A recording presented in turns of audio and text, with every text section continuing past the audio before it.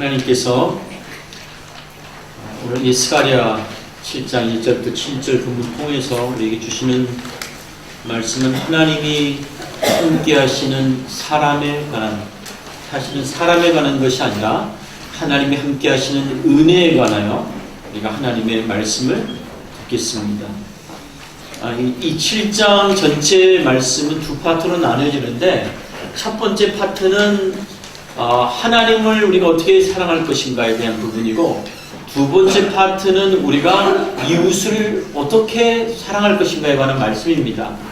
근데 첫 번째 파트인 1절부터 7절까지의 말씀 통해서 하나님을 우리가 어떻게 사랑하고 하나님 앞에 우리가 어떻게 반응하며 살 것인가에 대하여 우리가 말씀을 듣겠습니다. 제가 몇 년 전에 시드니에서 퍼스까지 자동차 여행을 했었습니다. 그 여행을 할 때에 제가 두 가지가 기억이 납니다. 그 여행했을 때 봤던 것 가운데 두 가지가 기억이 나는데, 하나는 호주가 정말 크고 넓구나 하는 그런 생각을 했습니다. 혹시 여러분들 여행을 해보신 분들은 아마 아실 텐데 너무 넓어요. 넓어도 너무 넓어요. 그런데 그렇게 넓은 땅을 가는데 중간에 휴게소도 거의 없고 사람도 없고 마을도 거의 없고 정말 넓은 곳을 제가 경험을 했습니다. 다른 하나는 그렇게 넓은 땅에 가끔씩 지나가다 보면 아무도 살지 않는 그런 들판 가운데에 흔적만 남아있는 쓰러진 교회당들, 흔적만 남아있는 그냥 아주 그 황폐한 가운데 있는 그런 교회당 건물들, 그런 건물들이 종종 눈에 띄었습니다. 제가 그 교회당 건물들을 보면서 제가 그런 생각을 했었습니다. 한때는 이곳에도 마을이 있었겠지, 이 마을 가운데 사람들이 살았었겠지, 그리고 사람들이 매주 주일마다 이 교회 가운데 와서 하나님을 향한 예배와 찬송으로 그렇게 나아갔겠지.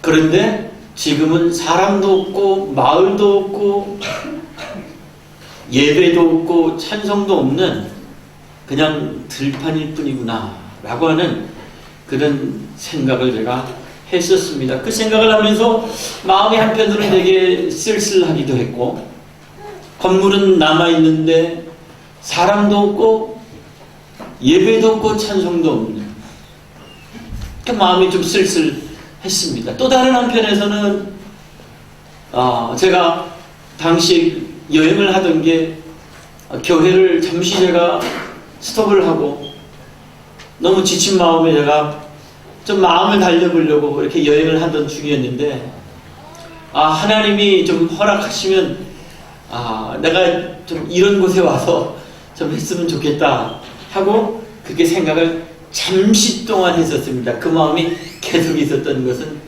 아닙니다. 여러분, 무슨 말씀을 드리려고 하는가 하면, 집을 지었는데, 우리가 멋진 집을 지었는데 만약에 그 집에 사람이 없으면 여러분 어떻습니까? 우리가 집을 멋지게 지고 방도 여러 개 만들어 놨는데 사람이 없으면, 성전을 건축했는데 건물을 멋지게 지어놨는데 만약에 그곳에 성도들이 없으면, 여러분 그것은 불쌍한 것입니다. 우리가 멋진 건물들, 멋진 교회들, 멋진 집들을 지어놨는데 사람들이 없고 성도들이 없으면 그것은 쓸쓸하고 그것은 불쌍한 것입니다. 그런데 여러분, 성도들이 없는 것보다 더 불쌍한 게 한 가지 있습니다. 성도들이 성전을 지어놨는데 성도들이 없는 것보다 더 불쌍한 것, 그것은 무엇인가 하면 성전 안에 하나님이 없는 것입니다. 아니, 사람은 있는데 예배하고 찬송하겠다는 사람들이 있는데, 그런데 진정한 의미의 그런 하나님의 God's presence가 사라지는 겁니다. 이게 정말 불쌍한 겁니다. 여러분, 하나님이 없는 성전 상상이나 할 수 있습니까? 우리가 거할 집이 없는 것도 인생 가운데 정말 마음이 아프고, 내가 함께 살 수 있는 사람, 밥을 먹어도 함께 먹을 수 있는 사람, 그런 사람이 없는 것도 정말 마음이 아프고 쓸쓸하지만, 만약에 하나님이 사람도 많고 건물도 멋지게 지어놨는데 만약에 그런 곳에 하나님이 우리와 함께 하시지 않는다면 그것은 정말 가슴이 아프고 마음이 아픈 일일 것입니다. 그래서 여러분, 모세는요, 출애굽기 33장에서 이런 이야기를 하나님께 드렸습니다.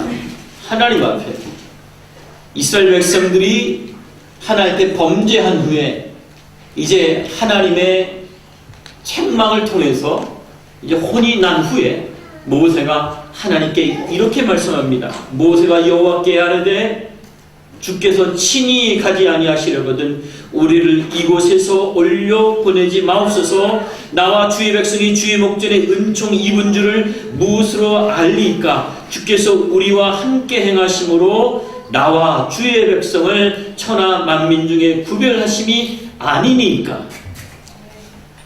여러분, 주께서 친히 가지 아니하시려거든 우리를 이곳에서 올려보내지 마옵소서라고 하는 이 모세의 하나님을 향한 이 간청이 있죠. 여기에서 한 가지 빠져있는 것이 있어요. 여기 보면 뭐라고 나오냐면 영어 성경에 If your presence does not go with us라고 하는, with us라고 하는, 하나님이 우리와 함께 가시지 아니하면 그럼 뭐예요? 우리는 아무것도 아니에요. 온 세상에 있는 사람들과 주의 백성인 우리들을 구별시켜주는 한 가지 특징이 있어요. 그게 뭐예요? 그것은 바로 하나님이 우리와 나와 친히 함께 하시는 거예요. 이 세상과 교회를 구별짓는 것, 이 세상의 만민들과 하나님의 백성인 우리를 구별짓는 것. 그것은요, 멋진 옷도 아니고요, 그것은 예수를 믿기 때문에 우리에게 주어진 어떤 멋진 소유도 아니고요, 멋진 건물들도 아니고요. 그것은 바로 하나님이 친히 하나님의 백성들과 함께 하는 것.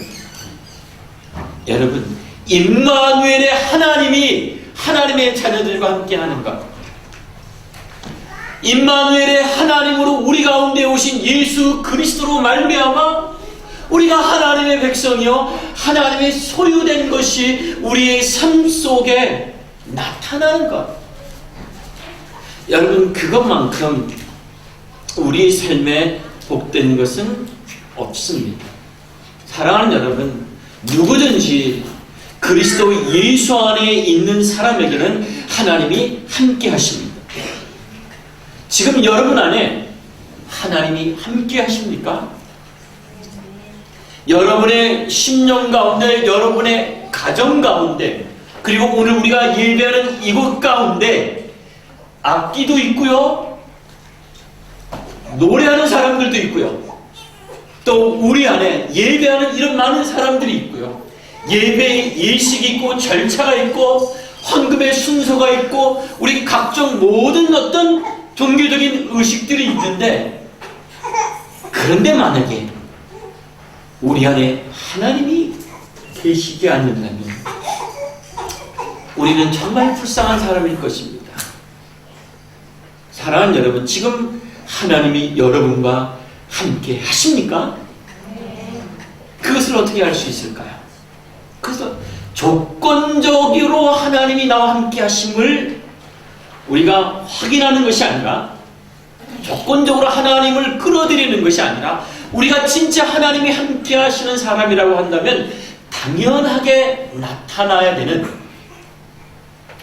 그런 삶의 특징이 있습니다. 그 특징을 두 가지로 오늘 말씀을 드립니다. 첫째는 무엇인가 하면, 하나님이 함께 하시는 사람은 하나님의 은혜를 구합니다.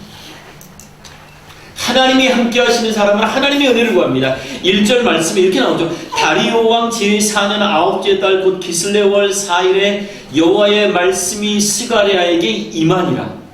다리오는 누구예요? 다리오는 당시의 세계 최강인 페르시아의 왕이었어요.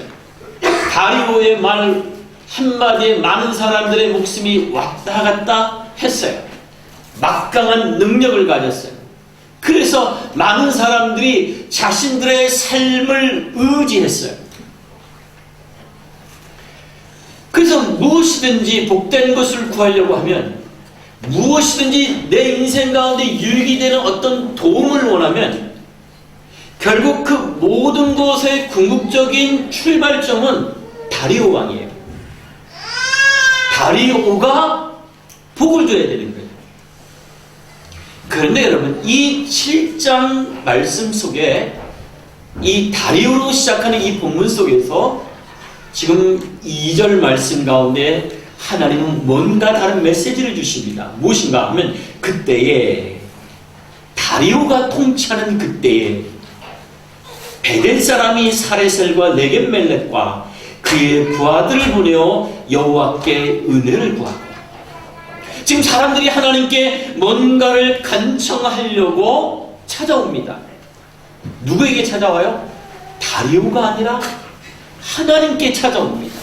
무언가를 간청하기 위해서. 그 무언가가 무엇이죠? 그 무언가가 한글 성경 NIV 영어에서는 그냥 intuit라고 나오죠. 하고 grace가 안 나와요. 근데 영어 성경 말고 이 NIV 말고 이 한글 성경에서는 그것을 은혜라고 표현합니다.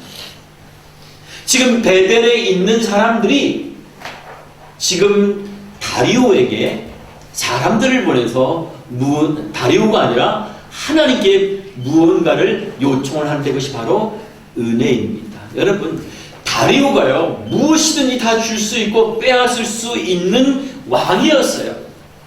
안 되는 것도 되게 하는 것이 다리오였어요. 그가 진짜 세상의 패권을 가지고 있는 왕이었어요.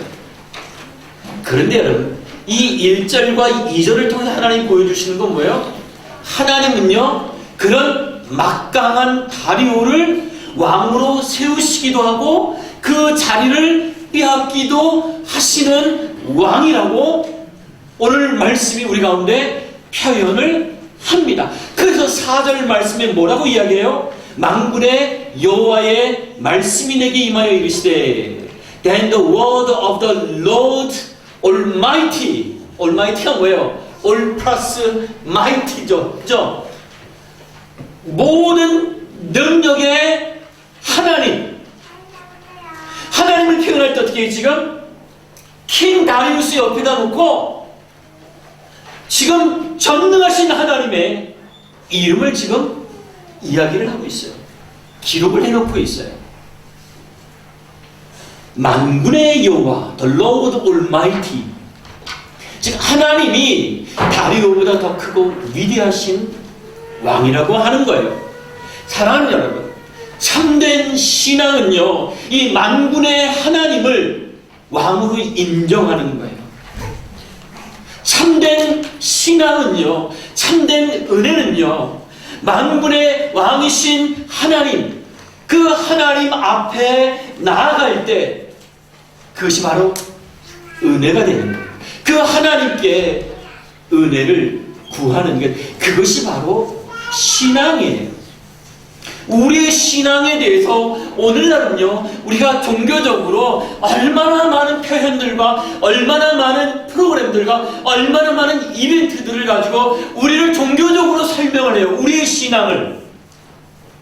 그런데 여러분, 정말 심플하게 우리가 한 가지로 표현을 한다면 그것은 바로 우리가 하나님을 만군의 왕으로 우리가 인정하고 믿고 그 하나님께 은혜를 구하는 거예요.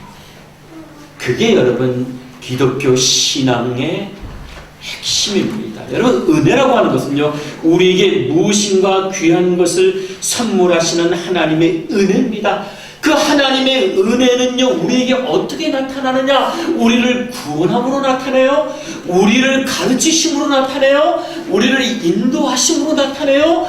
우리를 안고 불 가운데로 들어가시고 우리를 안고 물을 건너가시고 우리를 보호하시는 것으로 나타나요. 은혜는요, 내가 하는 어떤 일에서 출발하는 것이 아니라 은혜는 바로 우리를 향해서 일하시는 하나님으로부터 출발해요.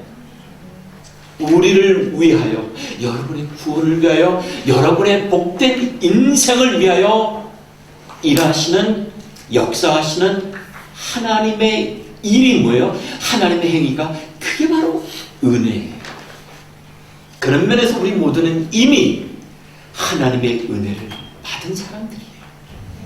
이미 그 하나님의 은혜의 자리 가운데 우리는 이미 들어와 있는 거예요.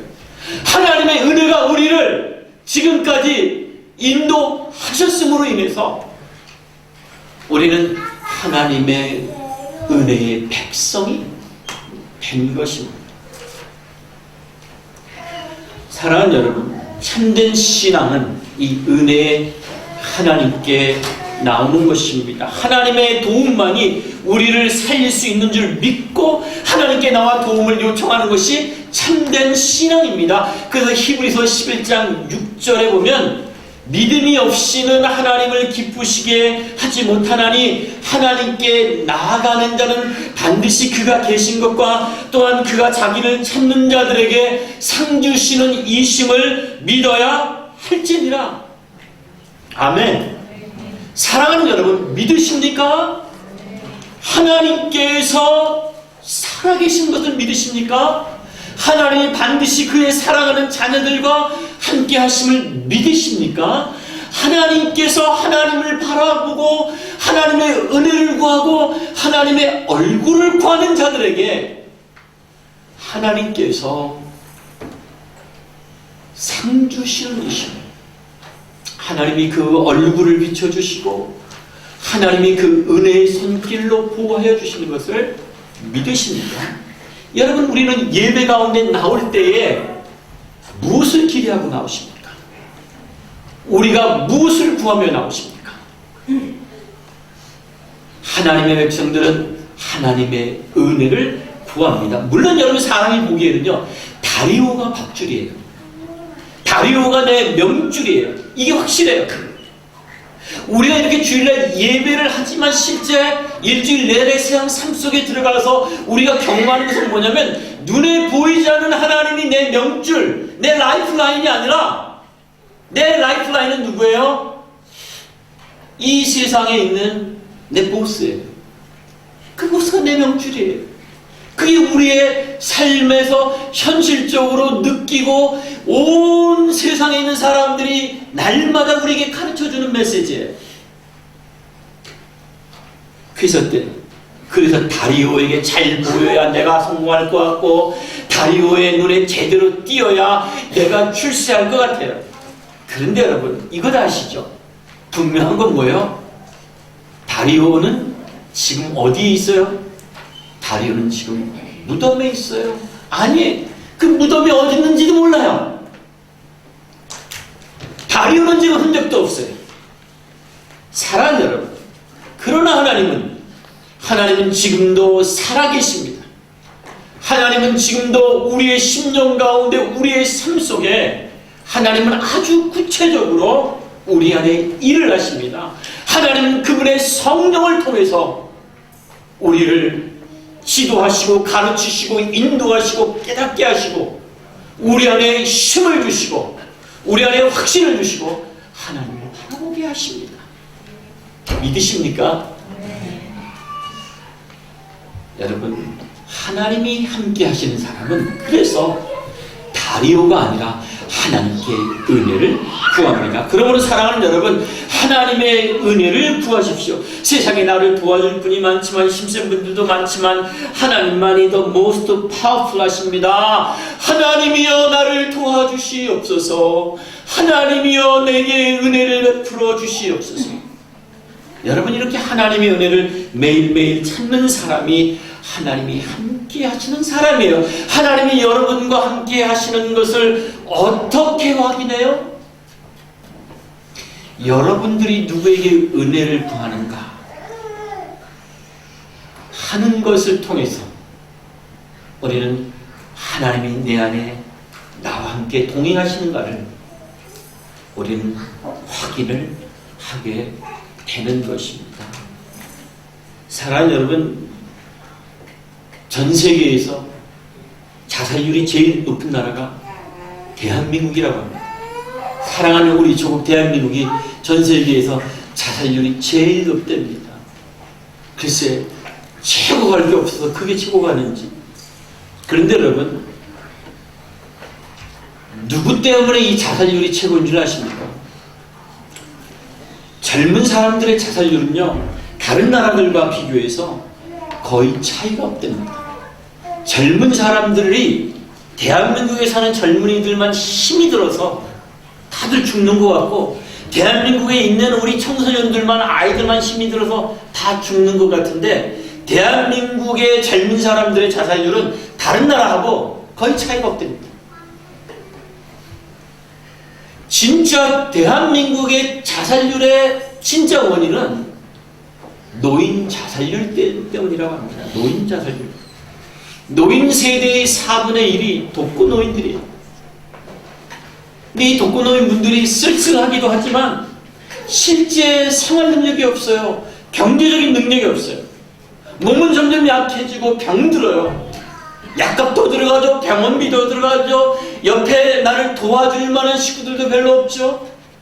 마음도 쓸쓸해요. 몸도 쓸쓸해요. 그래서 어때요? 스스로 목숨을 끊는 분들이 많다고 합니다.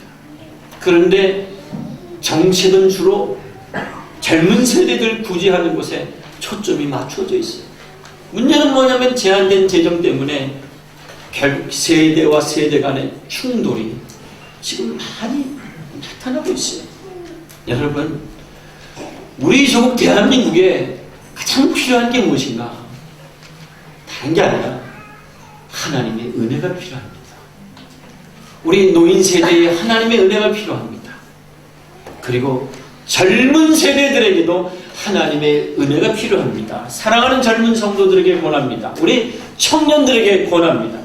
여러분, 한국에 이제 돌아갈 텐데, 한국에 돌아가게 되면 여러분, 나라에다가 혹은 지방자치단체에다가 여러분 은혜를 구하지 마세요. 열심히 일하세요. 여러분, 정부 보조금 기대지 마세요. 지방자치단체에서 여러분들에게 돈을 얼마씩 젊은이들에게 준다고 하니까 그렇게 해서 여러분 그렇게 펴주고 그런 거 하지 마세요. 여러분이 열심히 일을 해서 여러분들이 병약한 노인 세대들에게 하나님의 은혜를 베풀어 주세요. 하나님의 은혜를 전해주세요.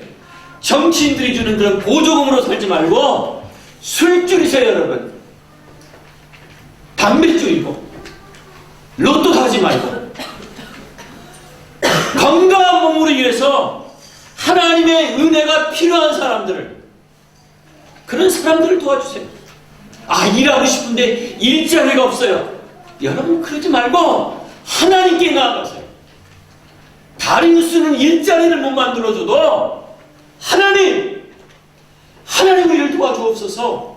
하나님 아버지, 은혜를 베풀어 주셔서 저에게 일을 주옵소서. 나와 내 부모와 내 자녀들을 먹이고 입힐 힘과 일과 은혜를 주시옵소서. 들리십니까 여러분? 지금 여기서 일하는 젊은이들 잘 들으세요. 열심히 일해서 학비만 벌지 말고 생활비만 내지 말고 주님께 드려야 할 것 드릴 뿐만 아니라 부모에게 해야 할 것 하세요. 하나님께서 베푸시는 은혜가 노인 세대들에게, 그리고 젊은 세대들에게, 아니 우리 모두에게 다 필요합니다. 여러분, 30년 전에 한국교회에는요, 일을 주시는 하나님의 은혜와 도움을 구하는 청년들의 부르짖는 기도가 교회 안에 가득했어요. 힘들고 어려운 가운데 부모도 또 자식들도 우리 막내 동생도 학교 보내야 되고, 우리 셋째 동생도 학교 보내야 되고, 우리 여동생 시집도 보내야 되고, 그런 어려운 가운데 나라가 해줄 수 있는 건 없고 사회가 나한테 해줄 수 있는 건 없어요. 어떻게 해요? 하나님 도와주옵소서. 그렇게 하나님 앞에 나와 눈물로 간절히 구하는, 하나님의 은혜를 구하는 그런 젊은 세대들의 기도 소리가 교회마다, 기도원마다 그렇게 가득했었어요.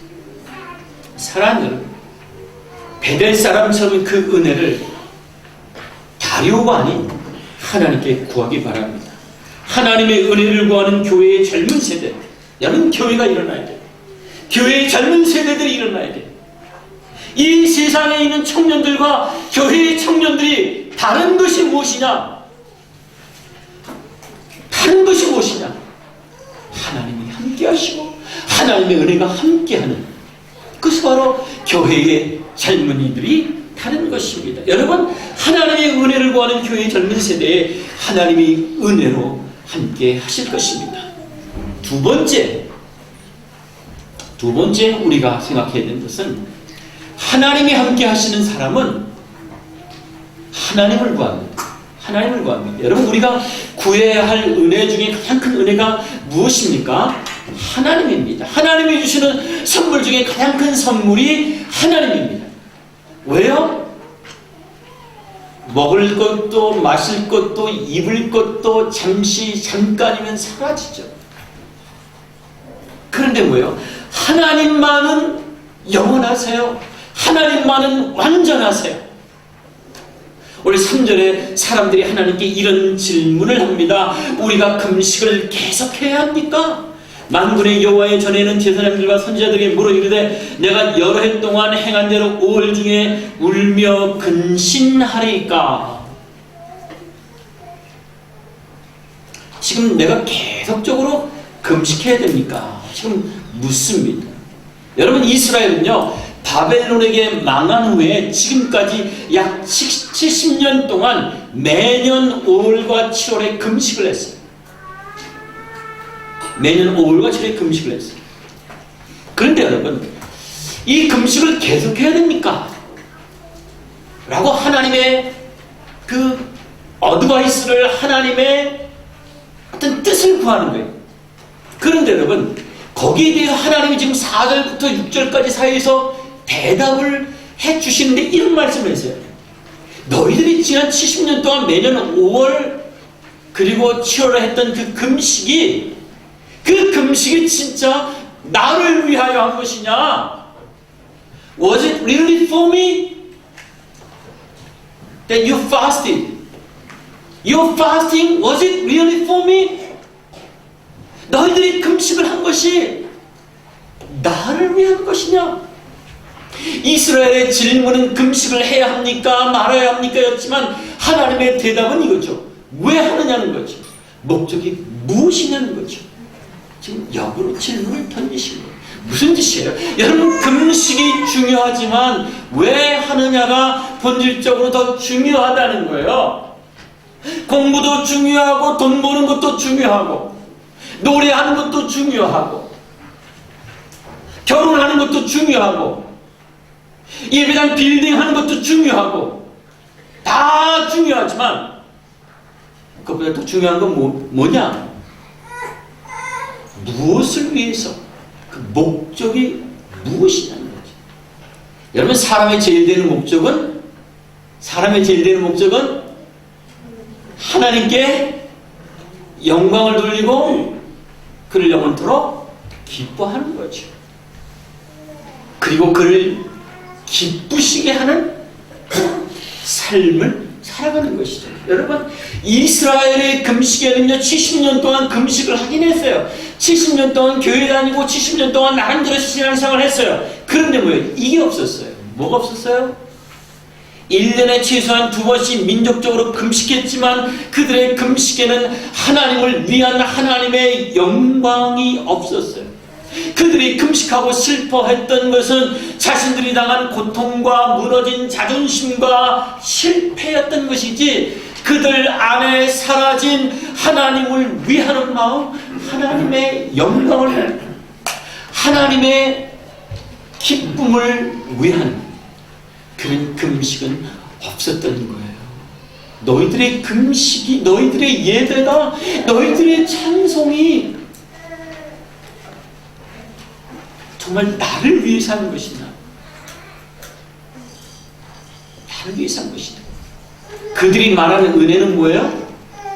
자기 사랑, 자기 만족, 자기 기쁨을 위한 은혜였지. 하나님을 사랑하고 하나님을 기쁘시게 하고자 하는 은혜는 아니었어요. 하나님 좀 따지시는 거예요. 우리 신앙생활 몇 년씩 하셨나요? 뭐 몇 년이 그렇게 중요하겠습니까? 단 하루를 신앙생활을 하더라도 우리의 참된 소망이, 참된 기쁨이 하나님이라면 그게 뭐예요? 그것이 바로 blessed man of God이죠. 진짜 하나님의 복된 사람인 것이죠. 여러분, 하나님을 사랑하고 하나님을 기쁘시게 하고자 하는 은혜, 그런 은혜는 이스라엘의 금식 가운데는 없었다는 거예요. 자기 만족을 은혜로 착각하는 거예요. 우리는 신앙생활을 하면서 자기 만족을 하나님의 은혜로 대체하는 거예요. 우리를 만족해 하시는 것도 하나님이시죠. 그러나 진정한 우리 안에 영원하고 완전한 참된 만족은 하나님. 그 하나님이신데 우리는 하나님이 아닌 그 만족 자체만을 하나님처럼 찾고 하나님처럼 구하고 하나님처럼 사랑했던 것입니다. 그래서 그런 착각과 위선과 형식적인 종교 생활이 결국 이스라엘을 하나님 앞에 결국 멀리하게 했죠. 그렇기 때문에 어떻게 해요? 하나님이요, 이스라엘이 사실은 바벨론 포로로 끌려오기 전부터 70년 동안 금식하기 전부터 그 전에 그 이스라엘 나름대로 잘 살고 잘 나가고 출세했을 때부터 하나님이 경고하는 것이었어요. 원인하는 것이었어요. 7절 말씀이 이렇게 나와요. 예루살렘과 사면 성읍에 백성이 평온히 거주하며 남방과 평원에 사람이 거주할 때에 여호와가 옛 선지자들 통하여 외친 말씀이 있지 않느냐 하시니라. Are these not the words the Lord proclaimed through the earlier prophets when Jerusalem and its surrounding towns were at rest and prosperous and the Negev and the western foothills were settled? 너희가 잘 살 때, 너희가 번성했을 때부터 하나님이 너희들에게 계속적으로 경고한 거 아니냐? 하나님을 사랑하라. 하나님을 구하라. 하나님이 우리의 기쁨이요 소망이요 목적이요. 하나님을 구하라. 근데 여러분, 이스라엘은 실패했던 거예요. 망하기 전에도 실패했는데 망했는데도 여전히 어떻게 해요? 여전히 우리는 돌아서지 못하는, 밥은 좀 먹고 살는지 몰라. 그게 저죠. 그 정도로 망했고 그 정도로 어려우면 이제 하나님께 돌아와서 진짜 하나님을 바라보고 살아야 될 텐데 여전히 하나님을 찾지 않는, 하나님 잠깐 여러분 뭐 하나씩 데일리 브레드 하나씩 주시면 그게 그 은혜의 전부인 것처럼 그냥 계속 그 데일리 브레드 하나 뜯어 먹는 것으로 그냥 삶을 다 끝내죠. 생명의 떡이신 예수 그리스도, 우리의 영원한 양식이신 그리스도를 찾고 영원한 생수이신 그리스도를 갈급해하고 그리스도로 인하여 충만하고자 하는,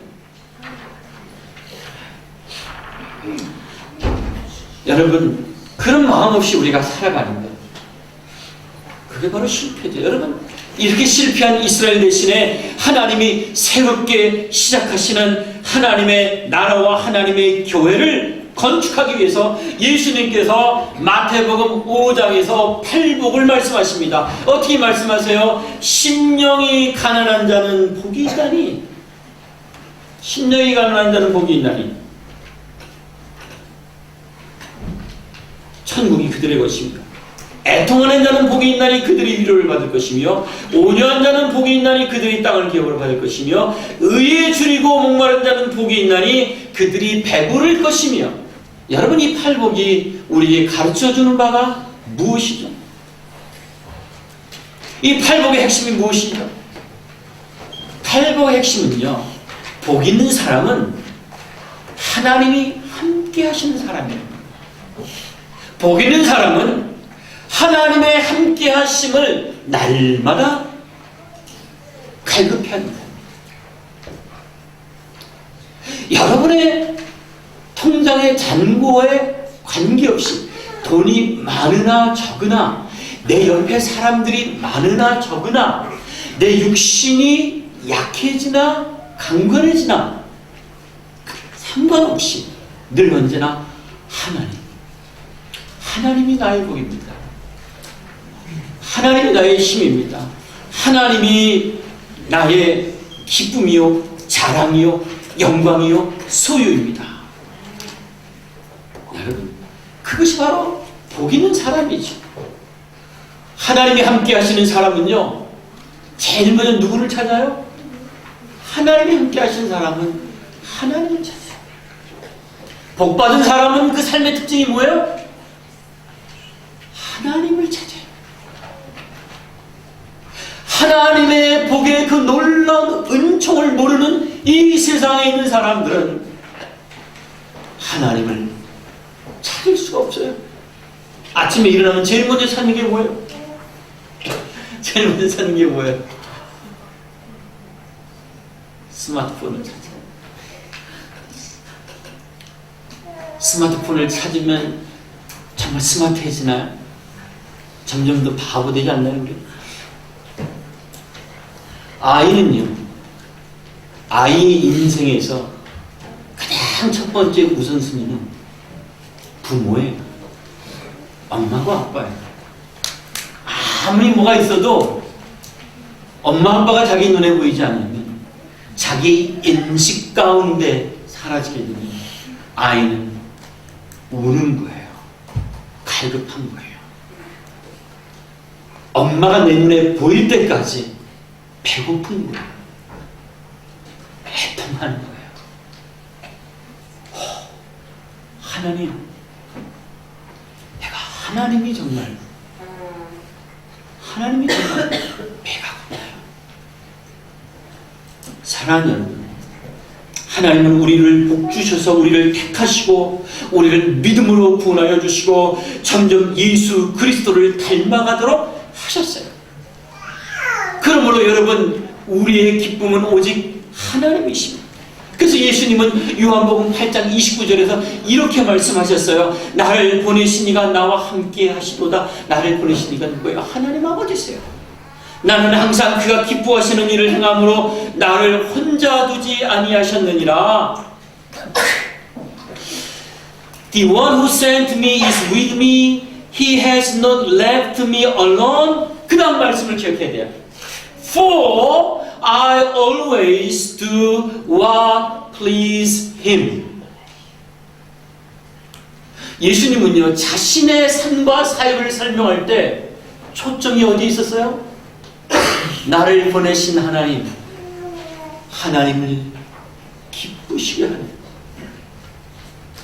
하나님의 뜻과 하나님의 영광을 그분의 모든 기도와 사역과 가르침 속에서 나타내고 그것을 이루는 것. 그래서 십자가 위에서 마지막 그 주셨던 워드가 뭐예요? 다 이루었다. 하나님 아버지의 뜻을 다 이루는 것. 그것이 바로 그리스도의 삶의 소망이었습니다. 사랑하는 여러분, 오늘 저와 여러분이 구해야 될 은혜는 하나님입니다. 우리에게 가장 시급하고 중요한 것은 하나님을 만나는 겁니다. 정신 차리세요, 여러분. 하나님을 알아야 되는 겁니다. 하나님을 아버지라 부르고 하나님께로 돌아오는 것입니다. 내가 죄인이라는 것과 그 죄로 인해 내가 영원한 형벌은 지옥의 저주 아래 있다는 것, 하지만 아들 예수 그리스도의 십자가 희생으로 죄인인 나를 구원하시는 하나님 아버지께 돌아와서 하나님을 아버지라고 부르는 것, 하나님을 아빠라고 부르는 것, 이것이 우리에게 가장 중요하고 시급하고 소중한 은혜요, 지식이요, 가장 시급한 우선순위입니다. 사랑하는 여러분, 우리에게는요, 우리를 위로해주는 달콤한 종교가 아니라 참되고 영원한 아빠가 필요합니다. 사랑하는 여러분, 여러분에게는 다른 그 어떤 것보다 아빠라고 부를 수 있는 하나님이 필요합니다. 여러분이 진짜 구해야 될 것, 여러분이 진짜 알아야 될 것, 여러분이 날마다 동행하고 그 안에서 누려야 할 가장 소중한 분은 바로 하나님이십니다. 이 영원한 아버지 하나님이 함께 하시는 사람은요, 하나님을 아버지라고 부릅니다. 사슴이 시냇물을 찾는 것처럼 아버지를 발급해합니다. 목사님, 요즘에 제가 너무 바빠서요. 제가 요즘에 할 일이 너무 많아서요. 아니요. 아무리 바쁘고 아무리 힘들고 아무리 어려운 일이 있어도 자녀들은, 복받은 진짜 하나님의 자녀들은 하나님을 아빠라고 부르는 일을 그치지 않습니다. 마틴 루터는요, 이런 말을 했어요. When God builds a church, the devil builds a chapel. 하나님이 교회를 세우실 때 사탄은 예배당을 건축한다. 여러분, 사람이 없어지고 마을이 없어진 곳에 교회가 더 이상 있을 수 없지만, 여러분, 이 베센든에 하나님은요, 사람들을 보내셔서 이 교회를 세우셨어요. 그런데 만약에 우리가 하나님을 이 교회당에서, 이 예배당에서 만약에 우리가 하나님을 영원한 아버지로 그리스도 예수 안에서 하나님을 아빠라고 찾고 구하고 부르지 않는다면, 우리가 금식을 하든 찬양을 하든 무엇을 하든 이것은 그냥 예배당일 뿐이에요. 그냥 예배당일 뿐이에요. 하나님은 하나님을 아빠라고 부르는 자들을 세우십니다. 무엇으로? 교회로 세우십니다. 하나님은 하나님을 찾는 신자를 모으시고 포밍 하십니다. 형성해 나가십니다. 하나님을 아빠라고 부르는 사람들, 부를 사람들을 하나님께서 모으십니다. 새로운 백성들을 만드십니다. 새로운 공동체를. 이스라엘은 실패했으나 하나님 그리스도 예수로 말미암아 성령의 파워풀한 역사로 말미암아 하나님은 그런 백성들을 만드십니다. 조지 스윈노라고 하는 분이 이런 말을 했어요. 어떤 부모는 엘리처럼 자식을 잘못 길러 자기 가정을 파멸시킨다. 엘리가 잘못한 것은 자식을 잘못 길렀는데, 자식을 잘못 길렀다고 했을 때 그 자식이 무슨 공부를 못해서 직장을 못 구했다거나, 그 자식들이 종교 생활을 제대로 알질 못해서 그래서 교회를 안 다녔다거나 그랬던 게 아니죠. 엘리의 두 아들은 아버지와 함께 종교 생활을, 제사의 일들을 나름대로 열심히 했지만 그들의 마음속에는 하나님을 향한 경외와 하나님을 찾는 마음과 하나님을 향한 기쁨이 없이 하나님을 멸시하고 하나님을 무시하는 그 의는 없었다는 거죠. 사랑하는 여러분, 여러분의 가정을 어떻게 세울까요? 여러분의 인생을 어떻게 세울까요? 우리의 무너진 가정, 우리의 무너진 이 사회, 이 세상을 도대체 어떻게 세워나갈까요? 하나님은요, 하나님을 찾는 가장을 통해서 가정을 세우십니다. 우리 아빠들 잘 들으세요.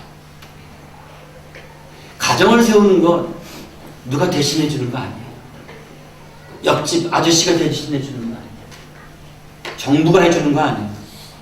가정을 세우는 것은 하나님이 아빠들을 통해서 하나님이 세우시는 겁니다. 아빠들이 기도 안 하면 와이프도 기도 안 하고 자식도 기도 안 해요. 아빠들이 하나님을 존중하지 않으면 와이프도 자식도 하나님을 존중하지 않아요. 아니 어떤 집은 보니까 아빠는 엉터리인데 그 부인하고 아이들은 하던데요. 그거는요 긍휼히 여기시는 하나님의 은혜지 여러분들이 그 책임을 감당하지 않아도 된다고 하는 그런 면죄부가 아니에요. 사랑하는 여러분, 하나님은요 하나님을 찾는 가장을 통해서 하나님 가정을 세우십니다.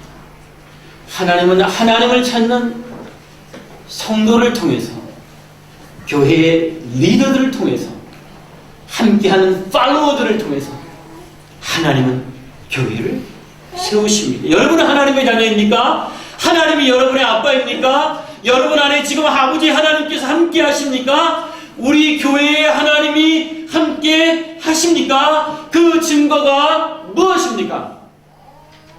예배의 순서가 있고요.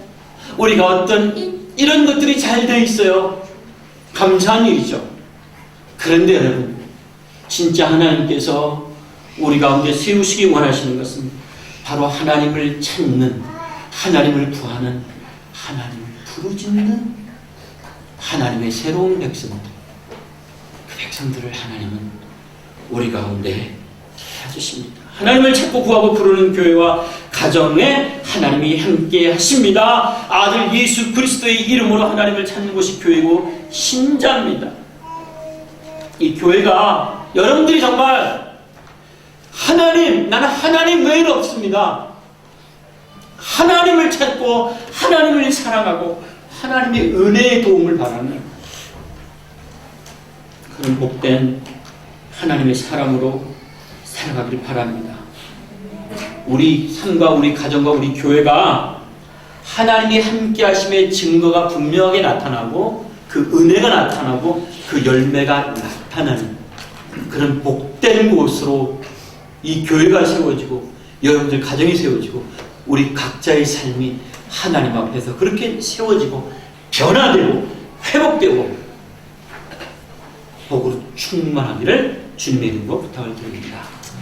기도하겠습니다. 하나님 아버지, 우리와 같이 연약하고 우리와 같이 죄와 허물이 많은 그런 인생들을 하나님께서 불러주시고 구원하여 주시고 복되신 예수 그리스도로 말미암아 하나님을